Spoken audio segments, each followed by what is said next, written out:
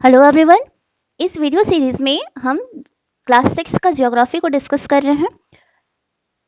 हमने 3 चैप्टर तक पढ़ लिया था।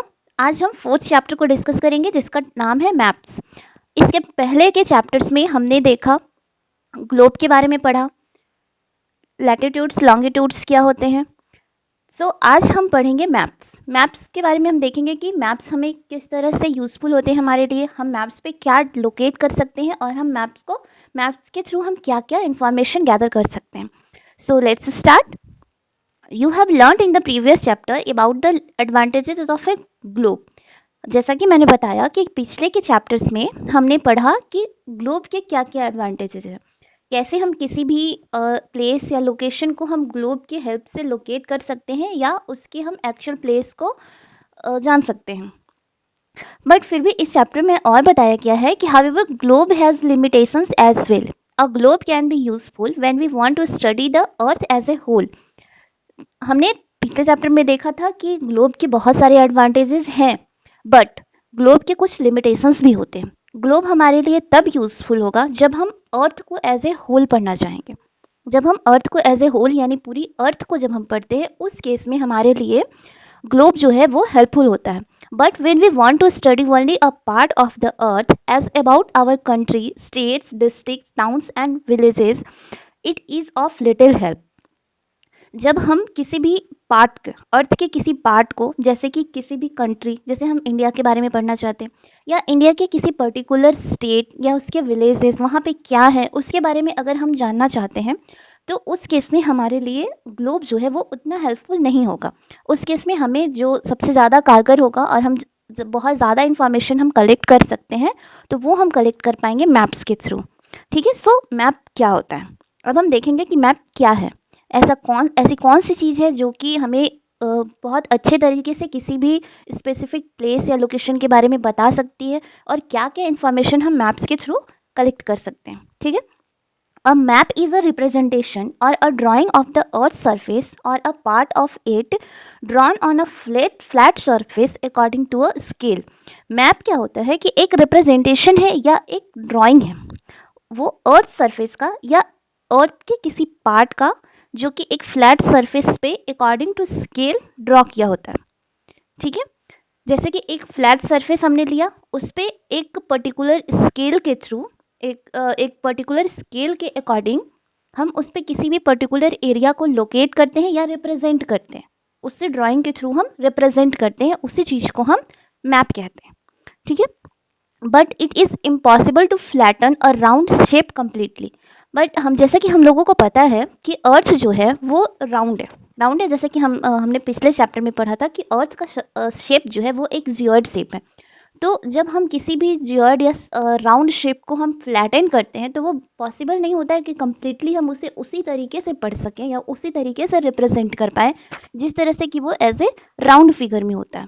But at far extent it is possible to collect some information. Okay, we find that maps are useful to us for various purposes। कुछ limitations maps की भी है, but somehow वो help करता है various purposes के लिए। One map shows a small area and a few facts। जैसे कि एक map जो है वो एक small area और कुछ उसके बारे में facts को show कर सकता है। Another map may contain as many as facts as a big book। और उसी तरह छोटे एक मैप होगा जो कि एक स्मॉल एरिया में कुछ फैक्ट्स को शो करेगा। कुछ मैप्स ऐसे भी होते हैं जो कि बुक के फॉर्म में होते हैं, बहुत सारी इंफॉर्मेशन उसमें होते हैं, अलग अलग कंट्रीज, अलग अलग स्टेट्स, अलग अलग रिवर्स, जैसे अलग स्टेट्स में कौन से रिवर को रिप्रेजेंट करना है, कौन से माउंटेन्स वहाँ पे हैं, किस तरह के सॉइल्स वहाँ पे प्रेजेंट है, क्या क्या है, कनेक्टिविटी क्या है। इन सब चीज़ों को अगर हम कंपाइल करते हैं या कंपाइलेशन एक जगह कलेक्ट कर दें, तो वह एक बुक का फॉर्म ले सकता है। ठीक है, When many maps are put together, we get an atlas। जब हम उस तरह से बहुत सारे मैप्स को एक जगह कलेक्ट करते हैं या कंपाइल करते हैं और उसे जब हम बुक का फॉर्म देते हैं, तो उसे ही हम एटलस कहते हैं। ठीक है, atlases are of various sizes, measurements drawn on the different scales। Maps provide more information than a globe। Atlases क्या करता है कि वेरियस साइज के होते हैं, मेजरमेंट्स उस पे होते हैं, बहुत सारे अलग अलग तरह के अलग अलग स्केल्स के मेजरमेंट्स ड्रॉन होते हैं, मैप्स हमें maps provide more information than a globe. Globe पे हम जितनी इंफॉर्मेशन ये पाते हैं, जितना हम कलेक्ट कर सकते हैं एक ग्लोब पे इंफॉर्मेशन को, उससे कहीं ज़्यादा इंफॉर्मेशन हम एक मैप के थ्रू गेन कर सकते हैं।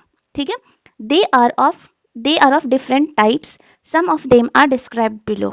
मैप्स जो होते हैं वो बहुत अलग अलग तरह के होते हैं, कुछ जो आपको इस बुक में दिया गया है उसको आप लोगों को पढ़ना है। ठीक है, सबसे पहला हमारा टाइप है फिजिकल मैप्स। अब फिजिकल मैप्स हम किसे कहते हैं?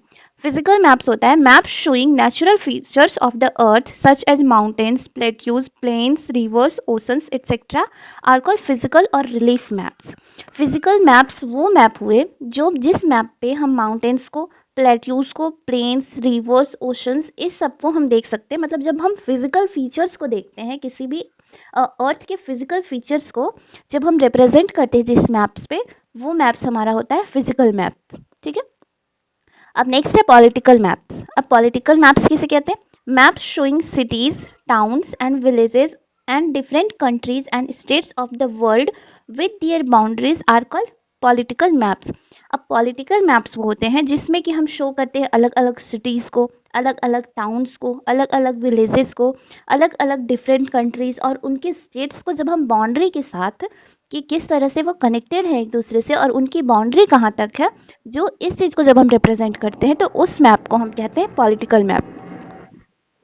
ठीक है, नेक्स्ट टाइप का मैप होता है हमारा थीमेटिक मैप्स। थीमेटिक मैप्स उस टाइप के मैप्स होते हैं जिसमें कि हम किसी स्पेशल थीम को रिप्रेजेंट करते हैं। Such as some maps focus on specific information such as road maps, rainfall maps, map showing distribution of forest, industries etcetera are known as thematic maps. वैसे मैप्स जो किसी भी स्पेसिफिक इंफॉर्मेशन को represent करते हैं, उस मैप को हम थीमेटिक मैप्स कहते हैं। जैसे कि कुछ मैप्स ऐसे होते हैं जिसपे कि हम सिर्फ रोड को शो करते हैं कि कौन सी रोड जो है वो कहाँ से जाती है और किस स्टेट से गुजरते हुए कहाँ तक जाती है। ठीक है, कुछ हो गया रेनफॉल मैप्स कि किस एरिया में कितना रेनफॉल होता है। उसी तरह हो गया कि जो डिस्ट्रीब्यूशन ऑफ फॉरेस्ट दिखाता है कि कहाँ किस एरिया में कितना डिस्ट्रीब्यूशन है फॉरेस्ट का, कहाँ पे कौन से इंडस्ट्रीज हैं। इस तरह के मैप पे जो रिप्रेजेंटेशन होता है उस मैप को हम थीमेटिक मैप्स कहते हैं। ठीक है, suitable titles are given on the basis of information provided in these maps. ठीक है, there are three components of maps. Maps के थ्री कॉम्पोनेंट्स होते हैं। पहला है distance, direction and symbol. Maps जो होते हैं वो उसमें तीन कॉम्पोनेंट्स होते हैं। पहला हो गया डिस्टेंस, दूसरा हुआ डायरेक्शन और तीसरा हुआ सिंबल। अब हम एक एक करके सारे कॉम्पोनेंट्स को डिस्कस। फर्स्ट कॉम्पोनेंट है direction. Most maps contain an arrow marked with the letter N at the upper right hand corner. This arrow shows the north direction. It is called the north line. जैसा कि जब भी आप map को देखोगे तो map में जब आप देखेंगे तो उसमें आपको एक एरो दिखाई देगा राइट हैंड कॉर्नर पे और उसे N से डिनोट किया जाता है। तो वो डायरेक्शन शो करता है नॉर्थ डायरेक्शन को। ठीक है, it is called the north line और उसे हम नॉर्थ लाइन कहते हैं। When you know the north, you can find out other direction. For example, east, west and south. जब भी हमें कोई एक डायरेक्शन पता हो, मतलब हमें जब नॉर्थ डायरेक्शन पता हो, तो जब हम नॉर्थ डायरेक्शन को जानते हैं तो उसके बेसिस पे हम और अदर डायरेक्शंस का पता कर सकते हैं, जैसे ईस्ट, वेस्ट और साउथ का। There are four major directions. हम लोगों को पता है कि मेजर फोर डायरेक्शंस होते हैं, north, south, east and west. First component है direction. Most maps contain an arrow marked with the letter N at the upper right hand corner. This arrow shows the north direction. It is called the north line. जैसा कि जब भी आप map को देखोगे तो map में जब आप देखेंगे तो उसमें आपको एक एरो दिखाई देगा राइट हैंड कॉर्नर पे और उसे N से डिनोट किया जाता है।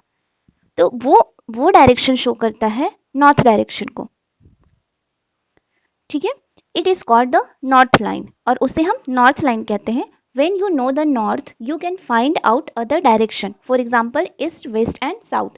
जब भी हमें कोई एक डायरेक्शन पता हो, मतलब हमें जब नॉर्थ डायरेक्शन पता हो, तो जब हम नॉर्थ डायरेक्शन को जानते हैं तो उसके बेसिस पे हम और अदर डायरेक्शंस का पता कर सकते हैं, जैसे ईस्ट, वेस्ट और साउथ का। There are four major directions. हम लोगों को पता है कि मेजर फोर डायरेक्शंस होते हैं, north, south, east and west को हम कहते हैं कार्डिनल पॉइंट्स। और इन सभी के बीच में कुछ और 4 और डायरेक्शंस होते हैं। वो होते हैं जैसे नॉर्थ और ईस्ट के बीच में होता है नॉर्थ ईस्ट, ईस्ट और साउथ के बीच में होता है साउथ ईस्ट, साउथ और वेस्ट के बीच में होता है साउथ वेस्ट डायरेक्शन, और नॉर्थ और वेस्ट के बीच में होता है नॉर्थ वेस्ट डायरेक्शन। ठीक है। Find out the following directions from the figure 4.1 the direction of the community centre. यहाँ पे आपको एक जस्ट एक एक्टिविटी दिया हुआ है जिसमें कि आपको पता करना है। ठीक है। We can find out the direction of a place with the help of a compass। हम अगर किसी भी ऐसे जगह पे हैं जिसका हमें डायरेक्शन पता करना है तो उस केस में एक इंस्ट्रूमेंट होता है जिसकी हेल्प से हम पता कर सकते हैं, और वो इंस्ट्रूमेंट का नाम है compass. It is an instrument use to find out main directions. जैसे हम मेन डायरेक्शन 4 जो कार्डिनल डायरेक्शंस है उनका हम पता कर सकते हैं। कॉम्पास जो है वो ऑलवेज नॉर्थ साउथ डायरेक्शन को डिटेक्ट करता है। हम किसी भी जगह पे रहे, कॉम्पास जो होगा वो हमेशा नॉर्थ डायरेक्शन को इंडिकेट करेगा। It's magnetic needle always points towards north south direction. ठीक है, जैसा कि यहाँ पे फिगर 4.2 में आप देख रहे हैं कि एक कॉम्पास है और कॉम्पास जो है वो नॉर्थ और साउथ डायरेक्शन को शो कर रहा है। ठीक है।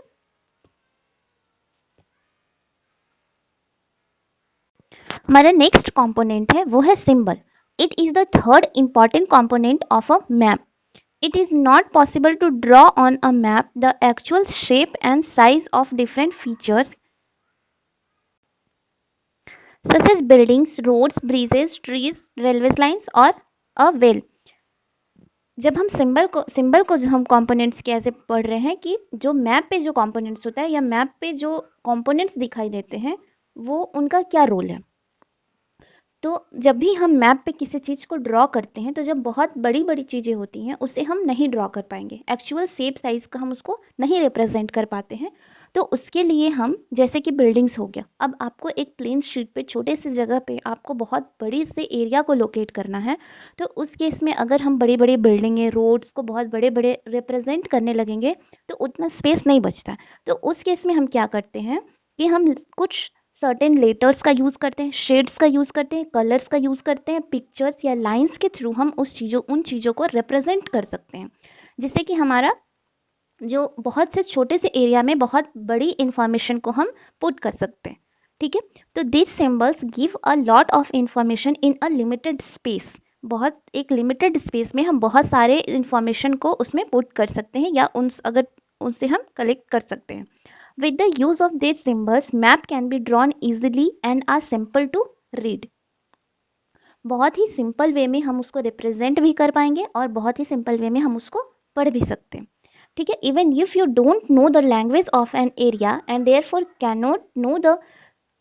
therefore cannot ask someone for directions, you can collect information from maps with the help of these symbols। कभी कभी ऐसा होता है कि कोई ऐसा एरिया को लोकेट किया गया है मैप में जहाँ के लैंग्वेज हमें नहीं पता हो, उन जगह के बारे में हम नहीं जान सकते हैं, तो उस केस में क्या होता है कि सिंबल के बेसिस पे हम पता कर सकते हैं कि ये इस चीज़ को रिप्रेजेंट किया हुआ है, और उस केस में हम वहाँ पे उस इंफॉर्मेशन को गैदर कर सकते हैं। ठीक है। Maps have a universal language that can be understood by all। जितने भी मैप्स होते हैं उस पर एक यूनिवर्सल लैंग्वेज होता है। जैसे कि यहाँ का मैप है तो उसमें अगर रोड्स को इस सिंबल से एक लाइन से शो किया गया है, तो अगर दूसरी कंट्रीज की अगर मैप है तो वहाँ पे भी रोड्स को अगर रिप्रेजेंट किया जाएगा तो वो भी लाइन से ही रिप्रेजेंट किया जाएगा। ठीक है। There is an international agreement regarding the use of these symbols. These are called conventional symbols. Some of the conventional symbols are shown in the figure 4.3। ये एक इंटरनेशनल एग्रीमेंट के थ्रू कुछ symbols को उन चीज़ों के लिए पुट कर दिया गया है कि जैसा मैंने बताया कि रोड्स को अगर हम लाइन के थ्रू रिप्रेजेंट कर रहे हैं तो सारी कंट्रीज जो होगी उसे रोड को एक लाइन के थ्रू ही रिप्रेजेंट करेगी। ठीक है। और उन सिंबल्स को हम कॉन्वेंशनल सिंबल्स कहते हैं। यहाँ पे आपको फिगर 4.3 में कुछ सिंबल्स दिया गया है। जैसे रेलवे लाइन को हम इस तरह से शो करते हैं, इन 3 रेलवे लाइन, ब्रॉड गॉज को इस तरह से, मीटर गॉज को इस तरह से, रेलवे स्टेशन को इस तरह से, रोड्स जैसे मेटल्ड रोड है तो इस तरह डबल लाइन से ये करेंगे, और ब्रेक लाइन से इस तरह से हम अनमेटल्ड रोड को रिप्रेजेंट करेंगे। ये जितने भी आपको सिंबल्स दिख रहे हैं वो कन्वेंशनल सिंबल्स है और सारी कंट्रीज इसी तरह इन चीज़ों को इसी तरह से रिप्रेजेंट करती है। ठीक है। Various colors are used for the same purpose. For example, generally blue is used for showing water bodies, brown for mountain, yellow for plateau and green is used for plants. बहुत सारे ऐसे colours भी होते हैं जो बहुत सारी चीज़ों को रिप्रेजेंट करते हैं। जैसे कि ब्लू हम वाटर बॉडीज को शो करते हैं और ब्राउन जो है वो माउंटेन शो करता है, येलो प्लेट्यू शो करता है और ग्रीन जो होता है वो बेसिकली प्लांट्स के लिए यूज होता है। नेक्स्ट है स्केच। स्केच क्या होता है? A sketch is a drawing mainly based on memory and spot observation and not to scale. Sometimes a rough drawing is required of an area to tell where a particular place is located with respect to other places. Suppose you want to go to your friend's house but you don't know the way. Your friend may make a rough drawing to show the way to his house. Such a rough drawing is drawn without scale and is called a sketch map. अब sketch क्या होता है? Sketch एक drawing है जो कि आपके memory पे बेस्ड होता है और किसी भी स्पॉटेड ऑब्जर्वेशन का होता है और उसे हम स्केल नहीं कर सकते। ठीक है। जैसे कि कभी कभी होता है कि आपको आपके फ्रेंड के घर जाना है, आपको अपने घर से उसके घर जाना है बट आपको रास्ता नहीं पता है। आपके फ्रेंड ने आपको एक रफ स्केच बना दिया कि पहले यहाँ से निकलना, यहाँ पे एक दुकान मिलेगा, उससे लेफ्ट टर्न होना, फिर वहाँ पे कुछ आपको एक लैंडमार्क होगा, फिर वहाँ से इधर जाना। उस तरह से उस रफ स्केच को हम स्केच कहते हैं। रफ जो ड्राइंग हुआ जो आपको एक लोकेशन या किसी भी एरिया को किसी एक पर्टिकुलर एरिया के रेस्पेक्ट में बनाया गया हो, उस चीज को हम स्केच कहते हैं। नेक्स्ट है कि प्लान क्या होता है? A plan is a drying of a small area on a large scale. A large scale maps gives a lot of information, but there are certain things which we may sometimes want to know. For example, the length and breadth of a room, which can't be shown in a map. At that time, we can refer drawing drawn to a scale called a plan. Plan क्या होता है कि plan जो होता है वो small area, जो एक स्मॉल एरिया है उसको हम एक बड़े स्केल पे बनाते हैं, मतलब एक बड़े एरिया में बनाते हैं, एक बड़े स्केल पे बनाते हैं और उसमें लार्ज स्केल मैप्स पे उस पर बहुत सारे इंफॉर्मेशन को हम कलेक्ट करते हैं। जैसे हमें किसी भी रूम के लेंथ या ब्रेथ को जानना है तो हम उससे मैप के थ्रू हम उससे नहीं जान सकेंगे, लेकिन जब हम एक प्लान बनाते हैं तो एक प्लान के थ्रू हम उसके जैसे एक छोटे से चीज को, स्मॉल एरिया को हम एक लार्ज स्केल पे बनाते हैं। जैसे कि एक स्मॉल एरिया जैसे कि एक रूम है तो उससे हमें बनाना है प्लान कि प्लान है कि जैसे हमें एक बिल्डिंग बनानी है तो उसमें ये कितना होगा, कितना लेंथ होगा, कितना ब्रेथ होगा, इस तरह से हम जानेंगे और उसके बाद जो हम रिप्रेजेंटेशन या जो ड्राइंग बनाएंगे वो हो जाएगा हमारा एक प्लान, जिसके बेसिस पे हम एक किसी भी कंस्ट्रक्शन को बना सकते हैं। ठीक है, तो उसे हम प्लान कहते हैं। ठीक है।